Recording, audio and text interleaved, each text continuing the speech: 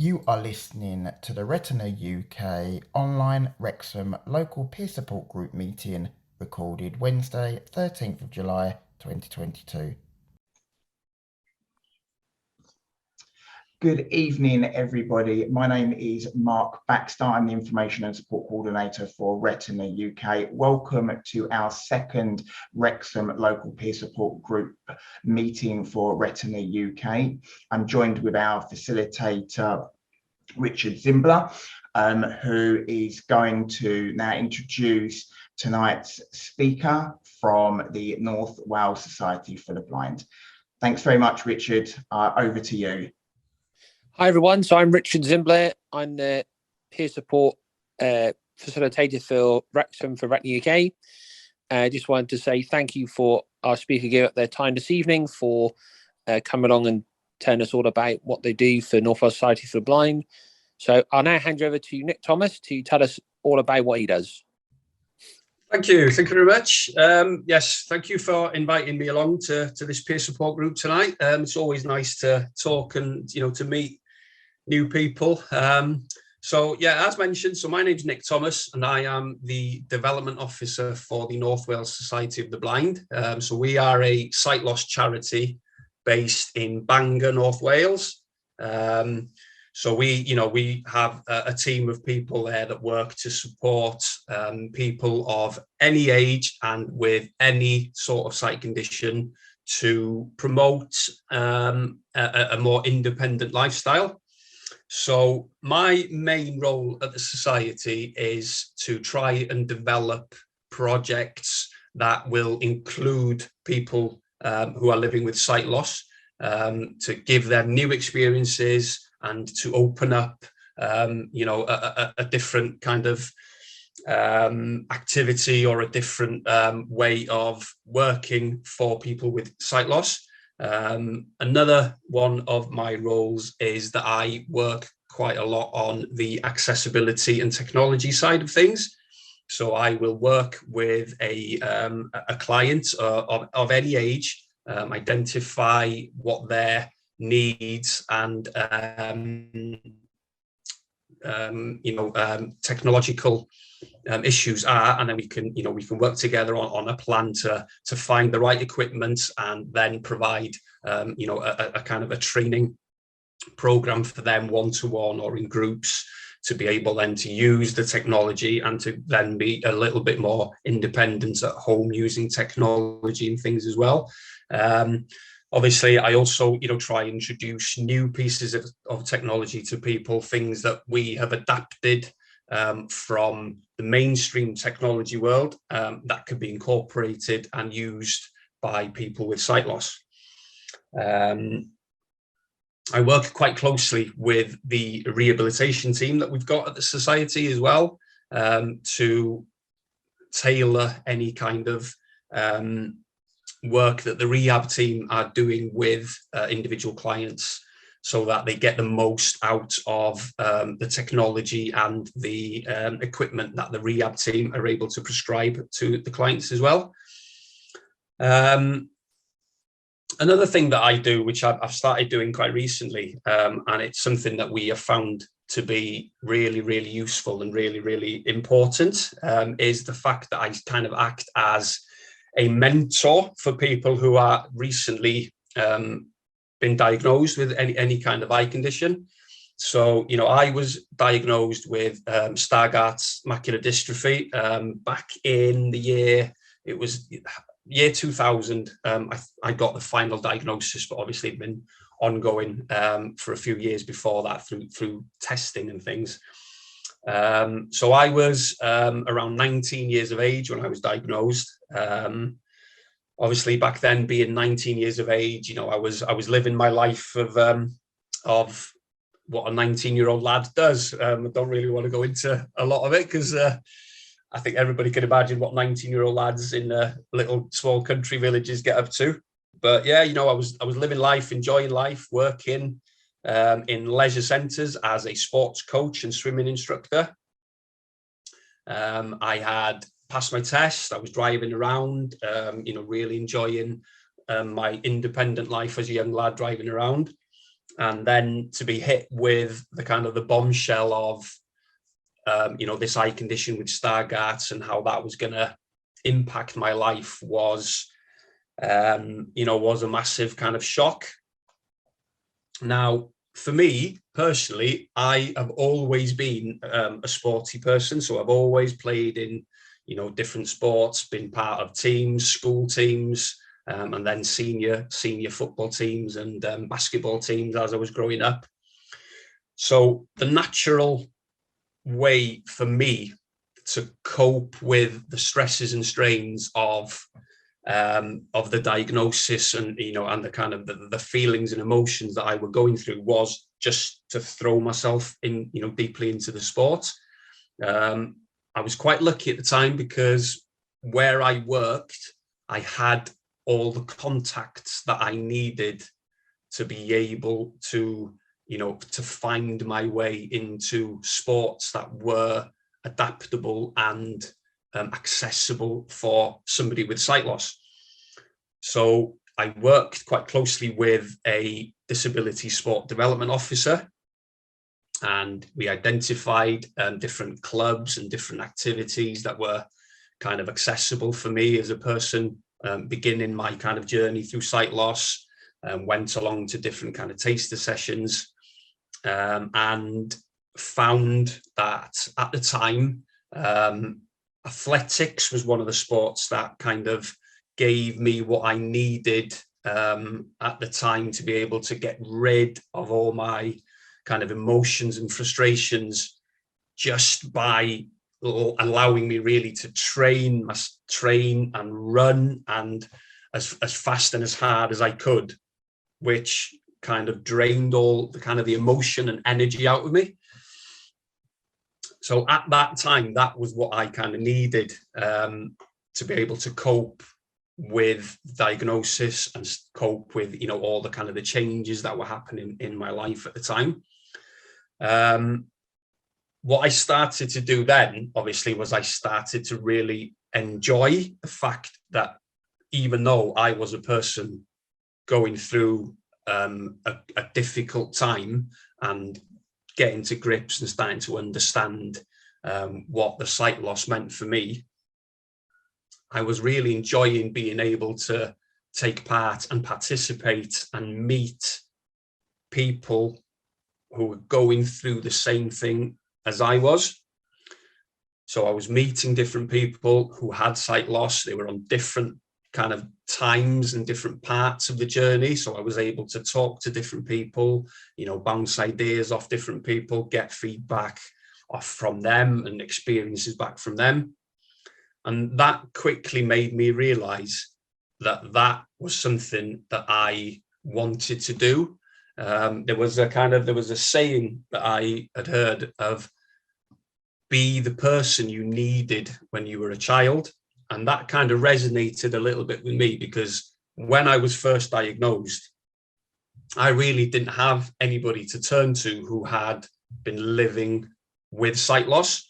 I had support from the rehab team at the North Wales Society for the Blind because I was a client there before I was an employee. So, I'd always had the support from the society, but I'd never had the chance to speak to somebody or talk to somebody who was living the same kind of life as I did. So, I kind of quickly realized that that was something that I wanted to do. And through my kind of journey through sport, I was picking up a lot of different experiences, a lot of different mentalities, a lot of different ways that different people were coping with all different types of sight loss. It wasn't, not everybody that I met had the same kind of condition as I did. People had different ones, and there was people that had sight which was completely opposite to mine. So obviously the Stargardts is a central vision loss. So I could understand and empathize with people who had central vision loss. But then when I was talking to people who had the opposite, where they didn't have any peripheral and only had the central vision, I was kind of struggling to get to grips with how they dealt with stuff. So by speaking to them, I was gaining a lot more knowledge, and that is something that I try to use as much as I can in my work life with a society where I deal with different people and I'm able to talk and mentor different people with different conditions. But I can also, through my sporting life, I can talk to people, and we can look at adaptations to different sports to help that individual. Because, for me, I'm a great believer that having a hobby or an activity that can take your mind away from maybe some of the issues and some of the strains that you have when you are going through your sight loss journey. Because, it doesn't matter how long you've been on the journey itself, there's still times where you'll feel that there's things you're not able to do, or things that you might be scared of trying because of the sight loss that you have. I'm firmly one of these people that just kind of jump into it two-footed, and then I don't really think about the consequences. But I've been lucky in the way that the sports that I have tried have really kind of come off, and they've really kind of allowed me to grow as a person, to grow within, my kind of limitations of sight loss, and have allowed me then to develop a really, really strong character and to be able to experience things that, I don't think I would have experienced if I didn't have sight loss. So, it's always that kind of silver linings playbook where you think back and you think, right, okay, I've been given the really, really kind of awkward and bad hand of having Stargardts at an age where I was still kind of developing and finding myself as a person. But the experiences and the doors that it has opened for me as a sportsman has been unreal. I've had fantastic experiences where I have been able to represent Wales at athletics and become British champion at 100 metres and the long jump. After finishing with the athletics, I was able to develop and go back to what my first love in sport was, which was football. So for 10 years, I kind of played visually impaired football at an international level. Being a proud Welshman, of course, for 10 years, I played visually impaired football for England. The opportunity was there for me to take it. Wales at the time didn't have any form of visually impaired football team, so it was a decision of either not doing it or kind of taking part and playing and representing England at an international level. And looking back over the 10 years that I had with the squad, I wouldn't change one bit of it. It was fantastic to be with a big group of lads who were all going through the same thing. Everybody was at different times of the journey. We were having young lads coming in, and us as kind of the more seasoned professionals were able to help them through their kind of issues and their difficulties. And then after retiring from football, I was able to try different sports. One of them has stuck, and I have for the past 5 years been taking part in blind archery. Now, a lot of people, can't imagine how somebody with sight loss can do archery, because it is predominantly a sport that, is used through your sight. You have, you'd think that you'd have to have your sight to use it. But, archery is so kind of inclusive and adaptive. There is so many different people, so many different, abilities and disabilities that take part in it, and all meet at the same time and shoot on the same field and integrate with each other. For me, it's been, a real kind of a godsend in a way that I've found archery, because it has opened loads of different doors. It has opened a lot of different avenues and experiences for myself as a person. I am currently part of the para archery GB archery squad. So I've been fortunate enough over the past few years, pre-COVID especially, to be able to participate and travel to different parts of the world to take part in European championships and world championships. I have been very, very fortunate to come away from both Europeans and world championships with a bronze medal. which I am immensely proud of. I am currently preparing in 3 weeks' time. I am again going to be representing GB at the European Championships in Rome, in Italy. It's going to be our first international competition post-COVID. Everybody's kind of preparing really, really hard for it. So it's going to be a tough competition. But I'm really, really looking forward to kind of meeting up and seeing, you know, all the other participants again, and, you know, having that kind of healthy competition where everybody's, you know, striving to do their very, very best. And then, you know, we can see who comes out on top at the end of it. I've been a firm believer over many, many years now that sport is an activity that is inclusive to all. Or, you know, you just have to take a look at the British Blind Sports website to see, you know, the kind of the list of sports that they have on there, which is available for people with sight loss to participate in and try and see, you know, which one it suits them. Is really, really, you know, it's a big list of sports that people can try. And, you know, they've got lots of different things like club finders, and, you know, they'll find clubs local to you that you're able to go along and have a go, you know. So my kind of advice to a lot of people is, you know, if you have a look at the site and have a look at, you know, sports that interest you, then there is always a way that you can find a club or an individual who is able then to kind of to give you a go and try. And, you know, you never know what will stick and what you'll enjoy.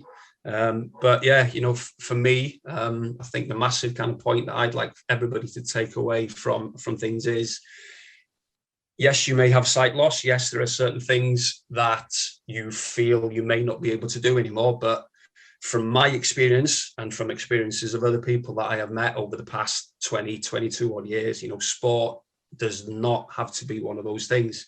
You know, it's very inclusive, very adaptable. And, you know, by giving a little bit of effort yourself to find places or sports, or, you know, it doesn't have to be sports, it can just be, you know, an activity or a hobby that you fancy doing, fancy trying, then, you know, I would just 100% recommend that you go for it and try, because you'll never know where it'll take you. And, you know, for me, it's been a massive, massive thing that has helped not only my physical well-being, but it's also helped, you know, my mental well-being as well.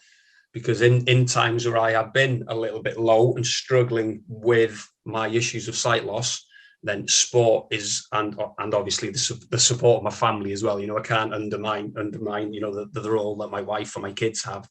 But yeah, you know, sport has been the thing that I've been able to turn to, which takes the focus off my limitations of the sight loss and highlights what I can do and what I can achieve.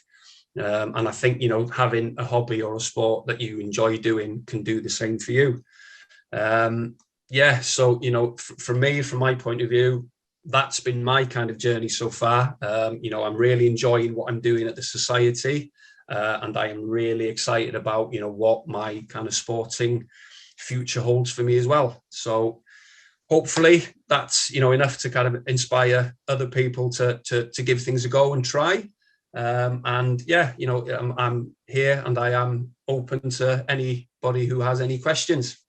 Oh, that's brilliant. Thank you very, very much, Nick. That was very inspirational. And I think anybody that's joining us this evening or will be listening to this via our YouTube channel will find that deeply inspirational, and hopefully they will go on and they will search for the sport or hobby or recreational activity that gives them pleasure and hope and, you know, optimism that there are still things that people with a sensory impairment can go on and be proud of doing. Does anybody have any questions for Nick at all?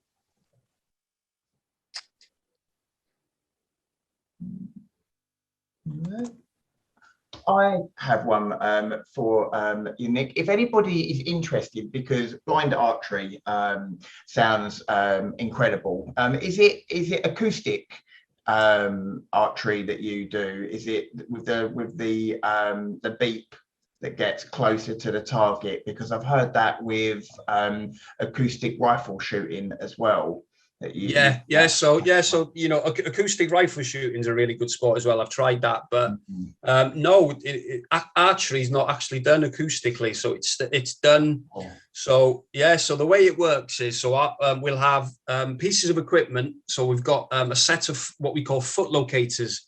Everybody kind of makes their kind of gear and their rig individual to them.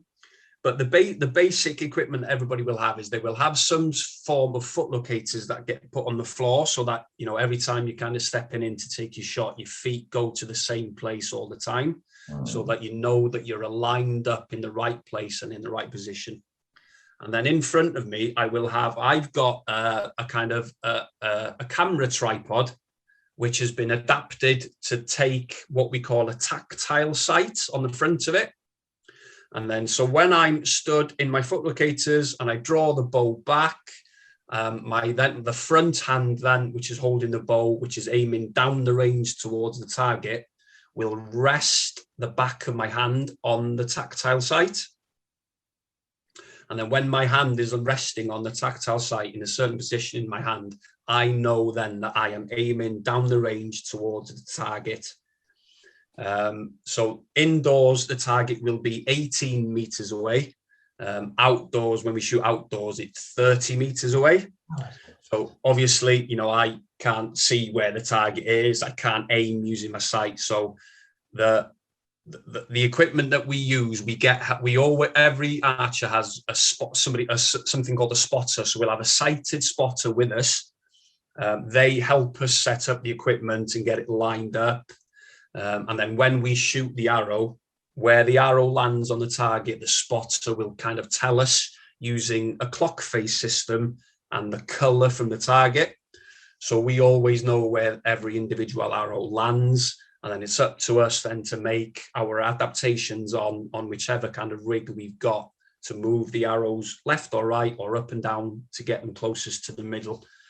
So, you know, the kind of the spotter's role is quite limited, where they can only tell us where the arrow lands. They don't make any adjustments for us. We do it all ourselves. So, you know, being that I am the archer, then I then have the responsibility to move my arrows about, move my feet about in the foot locators. If I need to go left or right, I can move my feet backwards or forwards. So there's a lot of little things and intricacies in it that you can kind of move. So, you know, one of the things I love most about archery is it's not only is it, you know, a physical sport, it is very, very much a mental sport, because, you know, everything's got to be in the right place at the right time. Your technique has got to be absolutely spot on and the same every time for the arrows to go to the same place, because it is ultimately an accuracy sport. Even though I can't see where the target is, it is still based on accuracy. So yeah, it's really, really challenging, which is something that I've really, really enjoyed. And yeah, it's exciting. You never really know what's going to happen next, you know, especially in a competition, because you don't know, you know, what anybody's going to be doing or how people are going to be shooting, how they're prepared and stuff. So yeah, it's really exciting. But yeah, no, it's not done acoustically, so it's done mostly by feel and, you know, by good, clear communication with your spotter. Oh, that's absolutely brilliant. If anybody is interested in taking up blind archery, do you go to a particular club? Is there anywhere around the Bangor area where someone may be able to grab some information or come down and have a look or anything like that? Yeah. There's actually about 3 or 4 clubs in kind of, you know, in the kind of the North Wales area. So the club that I go to is really local to where I live. So it's a club called Red Dragon Archers. They're all kind of mainstream clubs, but, you know, everybody is really kind of open and you know, ready to kind of host different people from different backgrounds, different abilities and things. I'm actually working at the minute with the archery development officer for Wales for Archery GB. And we're kind of working at the minute on a kind of program where I will go out to different archery clubs all around North Wales and promote and introduce visually impaired archery to them, so that every club then throughout North Wales will have the knowledge and the skill and know how to kind of treat and how to be able to communicate with anybody coming in to try archery with sight loss. So that's something I'm quite excited about as well. But yeah, if anybody needs any information about, archery and clubs in the area, then I would definitely check out the British Blind Sports Archery Section website. They have a section there where you can find local clubs to where you live. So, it doesn't matter whereabouts you are in North Wales, Northwest, Northeast, anywhere in the country, to be honest, they can find and signpost you towards a club that's closest to you. Brilliant. No, we'll make sure that information is on our follow-up email in regards to and that goes for any sport. British Blind Sport is an amazing website and an amazing organisation. We work quite closely with them to facilitate all sorts of sporting activities across the UK, whether it's your traditional sports like your rugby and football, to other sports that people might not necessarily think that someone that is blind can take part. For example, rifle shooting or archery as well. I've got one final question for you, and then I'll open it up to the rest of the group. What sports haven't you had a go at that you would really like to? Oh, that's a tough question. Do you know what? I'm kind of one of these people that so most of the things that I want to try, I already have tried, because I don't believe in kind of not, if there's something I want to do, I'll give it a go. I won't think, oh, I want to try that, but I'm not sure. I'll just, like I said before, I'm quite confident in my own abilities.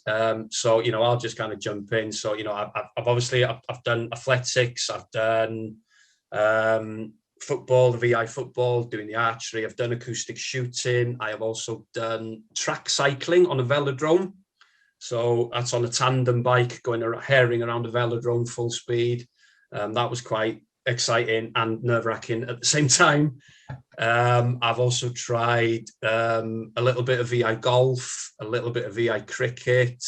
Goal ball, obviously, is something that is very blind specific. Just in my everyday life, leisure time with the family, I go out on paddle boards and canoes and stuff like that.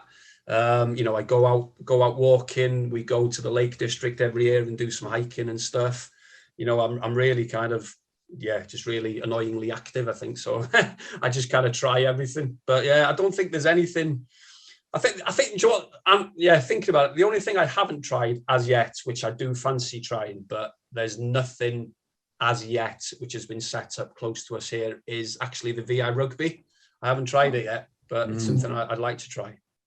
Yeah, I think because I've got retinitis pigmentosa, when I was at school, my vision was still good that I could play rugby, and I was playing rugby for the school team until I actually left.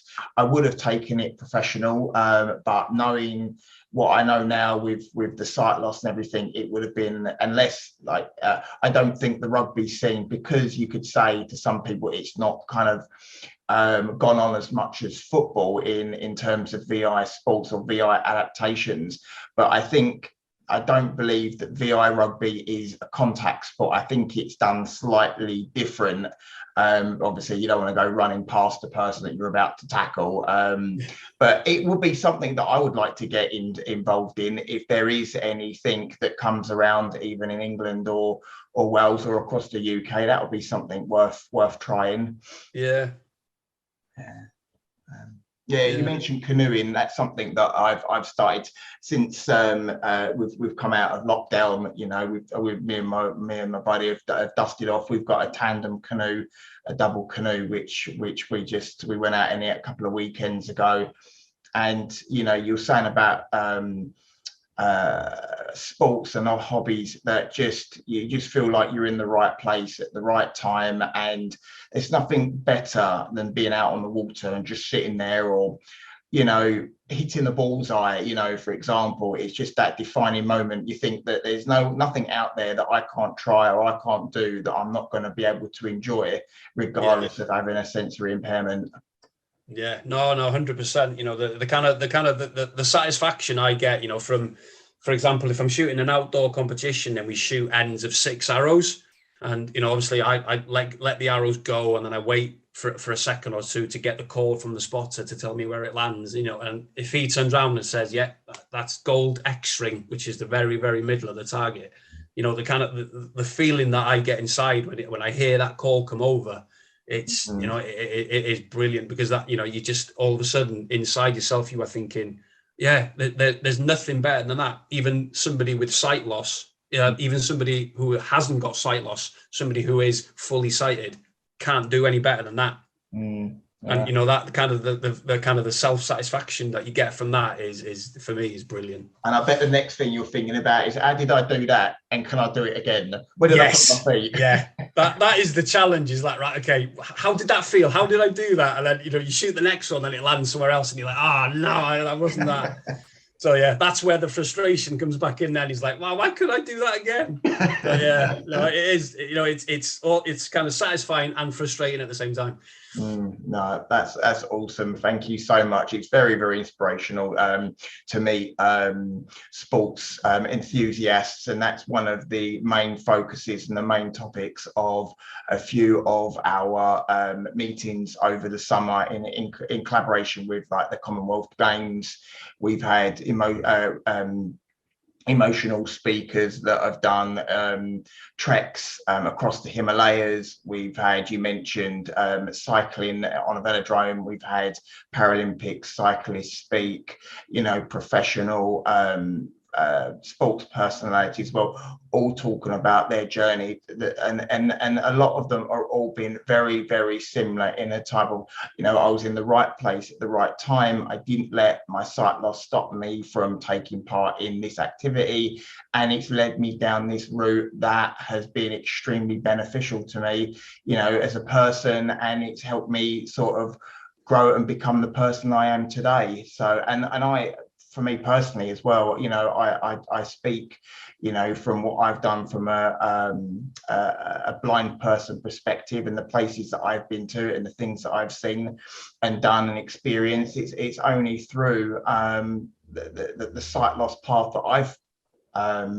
gone through, and where it's put me in my life. So I really do appreciate that you coming and speaking to us this evening. It's been very, very much appreciated. Does anybody have any other questions for Nick regarding the North Wales Society for the Blind, or anything else we can, or anybody? Or does anyone have anything that they would like to chat about? Any sports that they would like to have a go at, or have had a go at, that they think that anybody should like to take part in at all? For me, Mark, I'm the same. I'd like to have a go at the rugby, because I'm 6'4" and stuff. So I'd like to have a go at the rugby, but I also back in 2000, I used to do shot put when I some size. But unfortunately, where I live here in Mid Wales, there's no sport at all. So for me, I'd have to go further afield. So it kind of is a little bit of a frustration that a lot of stuff for me, I'd have to travel. Some of the sports I have to travel and stay over, and some I can't get to because they're in an evening rather than in the daytime. Yeah, that's the thing. Yeah, evening classes, they don't do things at the weekend and stuff like that. Yeah, it can be frustrating. We had somebody that was interested in getting back at the last meeting into ice skating, and it's, if we can help from a Retina UK point of view to point people in the right direction as to, you know, where they can do the activities that they used to love doing, you know, when they could see, then, you know, I'll do my utmost to help support that and provide as much information as I can. You know, I've actually been to an indoor climbing centre as well, which is something that I can't wait to get started involved in, you know, all the different grips and the holes. You can't see them, don't know where they are, but you can feel what kind of shapes they are and whereabouts they're positioned, you know, on a wall. It just trying something that's outside your comfort zone, you know, it will really build up your confidence. And, you know, if you have been struggling over the last 2 years with sort of mental instabilities, it's so good for your well-being and your self-esteem, you know, and building up confidence, doing something that you wouldn't think that you will be able to take part in. And like Nick said, you know, it's just go out and try it. If it's not for you, then, you know, sit back and think, well, okay, what else do I like to try, you know, and just keep on trying new things until something clicks. Yeah, I mean, you know, I can't kind of, you know, emphasize enough how much the, you know, the British Blind Sport website will help people just, you know, finding opportunities and you know, places where sport is available and offered. You know, they've got, you know, a wide range of sports that they can facilitate people in taking part in. And, you know, if the information and the sport that they fancy doing is not there, then, you know, I would approach, you know, a lot of local authorities will have, you know, something similar to a disability sport development officer, or, you know, the Disability Sport Wales is always a good one as well to approach, to, you know, to get information on different sports and things as well. Yeah. Also, obviously being in the information support team for Retina UK, we do have a fantastic helpline, which is open 9:30 in the morning till 9:30 at night, Monday to Friday. And that's both a telephone helpline and also an email helpline. And if anybody does have any sports that they can't find online, or they're struggling to get information about how they can get into a sport, where their local sports centre is, or leisure centre, or who can actually help them, then all they need is to drop us an email, and you can reach us at info@retinauk.org.uk. Or you can ring our helpline, which is 0300 111 4000, and speak to one of our team that are all living with inherited sight loss, and who may be able to answer your questions, or if they can't, then they can pass it on to one of the information support team, and we can help find you the sport that you're looking for. We have a massive library of resources and partnerships and collaborations with local sight loss organisations across the UK. And if there is a sport out there that we can help you find, then we'll do our utmost to do it. Yeah, because there's a lot of sport, like with myself being blind, I'd like to do, but it's just finding where it's the closest to be able to get to. Yeah. And if there's any ways of mobility to get there as well, we can also help out with that as well. You know, if there is places you think, oh yeah, I can get there, but I know where it is, but I just can't get there, then, you know, we'll see what we can do to help facilitate that as well, or point you in the right direction. Hello. Hiya. Hi, Kundai. How are you? I'm fine. How are you?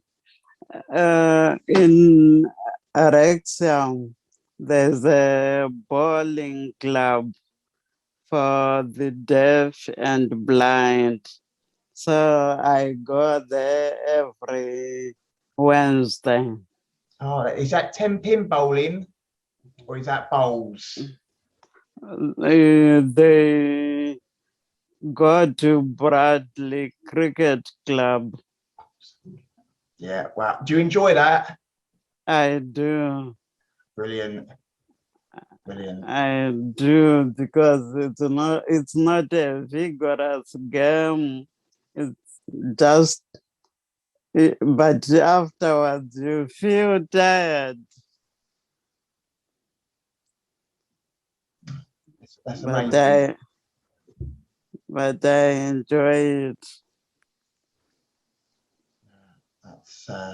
That's sports that I enjoy. I enjoy my weightlifting. I enjoy dog walking, trekking. I've done a lot of treks through Retina UK, not only to raise funds for the amazing work that Retina UK does, but just to experience different landscapes, different terrains, meet new people, which like you said, Nick, was just one of the main things. You know, you get to meet some amazing people all on a different journey to yourself. You know, you've all got one thing in common, but you're at different stages at your sight loss journey, you know, and it's just amazing to listen to people's stories and how they're getting on and what they've achieved in their life. It's an amazing team effort. So there are a couple of things that I really enjoy. I used to enjoy me running, but now I either do it on a track or me running machine, which is just sitting behind me. So that's other things that I just enjoy. Just keeping fit and active. Dog walking is just another one to clear your head, which is really good. Just to get out there and get a bit of fresh air. So has anyone else got any sports or leisure activities that they enjoy doing? For me, Mark, I go to the gym, which I like doing, but unfortunately, my mum comes with me to help because they don't have staff that can help me to get around as a blind person. But that works really well. My mum helps me a lot to do that. And I'm big into my football, my rugby, darts. I like like I said, I was a shot putter when I was younger, so I like that, and I just like listening to it. All sport really. No, it's brilliant. And just to ask Nick, when did you finish playing the blind football then? It's probably, so I've been doing archery for 5 years, and so I took up archery in 2017. So I probably stopped playing the football in 2013, 2014. Okay. Something like that, yeah. Yeah, I was still playing. I did the Olympic torch relay in 2012. I was still playing back then, so it must have been a couple of years after that. Oh, that's incredible. So yeah, so I played for quite a long time. I'm still in touch with most of the squad and stuff now. We've got a WhatsApp group where everybody kind of still, kind of talks, and we have a little reunions every now and again where we go and the kind of the England team that I played for play against the current England team. So that's always fun. Oh, and then good. so we always like get together, have a little game, and then we go out for a meal and a couple of drinks and stuff afterwards somewhere, which is great, just to kind of meet the kind of the youngsters playing now, and meet up with the lads that I used to play with back then. Can you beat the youngsters?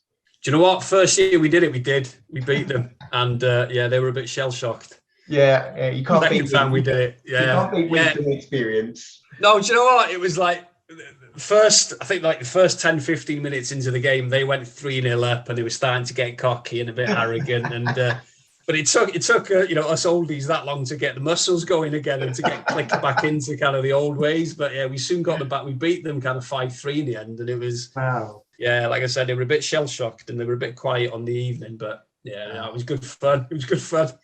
Oh, that's awesome. That'd be good to try and get like a charity football match arranged or something like that through British Blind Sport. That will be something that we could. It'd be nice to get something set up for maybe 2023 or something. I know. Like the manager of the England VI side now was he actually played in the squad when I played in it. So I know him quite well. So if there's anything like that you fancy doing, then I can always get in touch with him, and we can always see what we can get done. He's always up for a laugh and stuff like that anyway. So it would be good to put a blindfold on some England professionals just to see how they can adapt. I think that would be quite an idea, and I think it'd be something that Sky would actually broadcast as well. I think that would be quite funny. Yeah, it's something that in fact is something that has been done in the past. I can't remember who they used, but they did do a little training session where one of the B1 footballers went along to a training session at a club down in, I think it was down in London, way that I can't remember who it was, but they did like I think it was something on Football Focus or something where they went along and filmed it, and he did put a blindfold on, and he was trying with the ball with the bell and stuff in it, and yeah, he didn't look like a Premier League footballer back then, but yeah, it's that is something similar. Like I mentioned earlier on, I held a meeting last month with the Archery Development Officer for Wales for Archery GB, and we were talking about how we could develop VI archery in Wales, and that's one of the things that we want to do as kind of a promotion towards VI archeries, where we choose one of the great the GB sighted archers, and they come along and they meet up with me somewhere, and we do a little bit of shooting together, and then we put like a pair. We can simulate the VI ones where they put a blackout blind on and shoot in the rig, and then we can also, I've got a pair of sim specs that kind of simulates where my kind of blind spots and stuff are, so they can put them on and try and shoot. So, and then so that's something that I'm working with Archery GB on trying to do, and other things as well. So that hopefully will be something that we'll be working on after I get back from the European Champs in August. So brilliant. And we wish you all the best for that. You'll have to let us know how you get on. Did you say it was in Rome? Yes. Yeah. Oh, yeah. Lovely. What a better place to have a European Championship in Rome. It's an amazing city. So, from everyone here, we wish you all the best.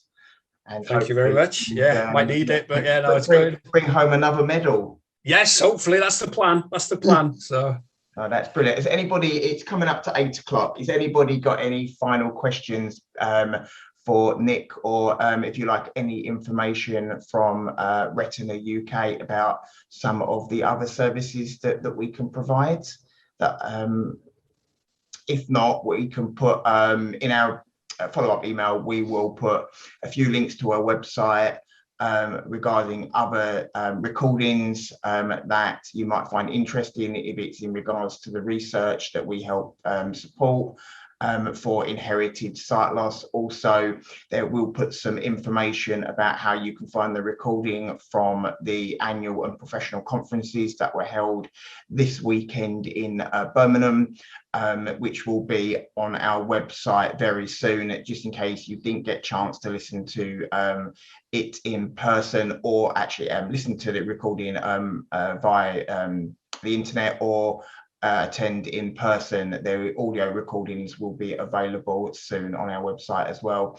So if there is any other information that you would like to know from Retina UK, other meetings that will be coming up in the not too distant future, including our national online peer group, which is going to be running 4 times a year. The next one's going to be at the end of September. There'll be more information on our website in regards to the speaker and the topic of that one, but we're going to be having one in the autumn, and then one just after the new year, which will be our winter one, and then the next one will be following on spring, and then so on and so forth. There'll be 4 every single year for the national peer group, and that is for anybody that hasn't got a peer group in their area, or if it's a topic that we feel will be able to benefit anybody living with inherited sight loss across the UK, please come and check that out.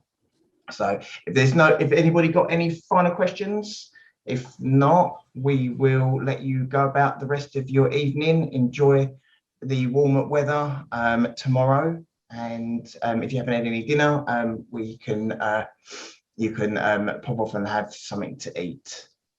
And I just want to say to just once again, thank you to Nick for coming and talking. It's been really inspiring, interesting, and hopefully from your talk, Nick, it'll inspire people to actually get into sport, even if they just want to do it as a hobby, to get active. So thank you once again for coming along. It's been greatly appreciated. Brilliant. Thank you very much. It's been a pleasure. Thank you very much. And thank you very much, Richard.